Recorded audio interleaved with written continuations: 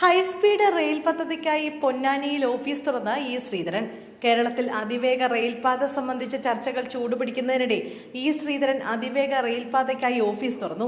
പൊന്നാനിയിൽ ഭാര്യ രാധ നിലവിളക്ക് കൊളുത്തിയാണ് ഓഫീസിന്റെ ഉദ്ഘാടനം നിർവഹിച്ചത്.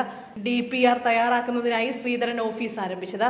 പദ്ധതിയുടെ ഔദ്യോഗിക പ്രഖ്യാപനങ്ങൾക്ക് മുമ്പേ ശ്രീധരൻ സ്വന്തം നിലയ്ക്ക് ഓഫീസ് തുറന്നത് രാഷ്ട്രീയ ഭരണവൃത്തങ്ങളിൽ സംശയങ്ങളും ചോദ്യങ്ങളും ഉയർത്തുന്നു.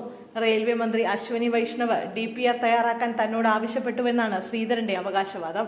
എന്നാൽ റെയിൽവേയുടെയോ മന്ത്രിയുടെയോ ഭാഗത്തു നിന്ന് ഇതുവരെ ഔദ്യോഗിക സ്ഥിരീകരണമൊന്നും ഉണ്ടായിട്ടില്ല. സംസ്ഥാന സർക്കാരും ഇക്കാര്യം സംബന്ധിച്ച് തങ്ങൾക്ക് വിവരങ്ങളൊന്നും ലഭിച്ചിട്ടില്ല എന്ന നിലപാടിലാണ്. കേന്ദ്ര ബജറ്റിൽ പ്രഖ്യാപിച്ച 7 അതിവേഗ റെയിൽ ഇടനാഴികളിൽ കേരളം ഉൾപ്പെടാതിരുന്നതും വിഷയത്തെ കൂടുതൽ വിവാദമാക്കുന്നു. ഇന്നു മുതൽ തന്നെ ഓഫീസ് പ്രവർത്തനം ആരംഭിക്കുമെന്നും ജനങ്ങൾക്ക് ബുദ്ധിമുട്ടുണ്ടാക്കാത്ത രീതിയിലായിരിക്കും നടപടികളെന്നും ശ്രീധരൻ പറഞ്ഞു. നിർദ്ദേശിക്കപ്പെട്ട സ്റ്റേഷൻ പ്രദേശങ്ങളിൽ ആദ്യം പരിശോധന നടത്തും.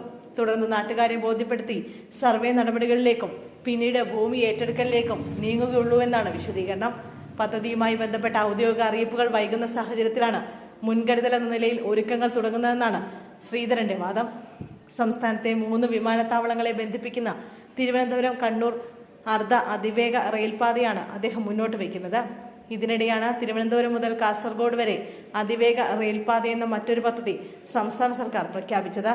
ഇതെല്ലാം തമ്മിലുള്ള സാമ്യവും വ്യത്യാസവും കേന്ദ്ര സംസ്ഥാന സർക്കാരുകളുടെ നിലപാടുകളും ഇനിയും വ്യക്തത തേടുകയാണ്.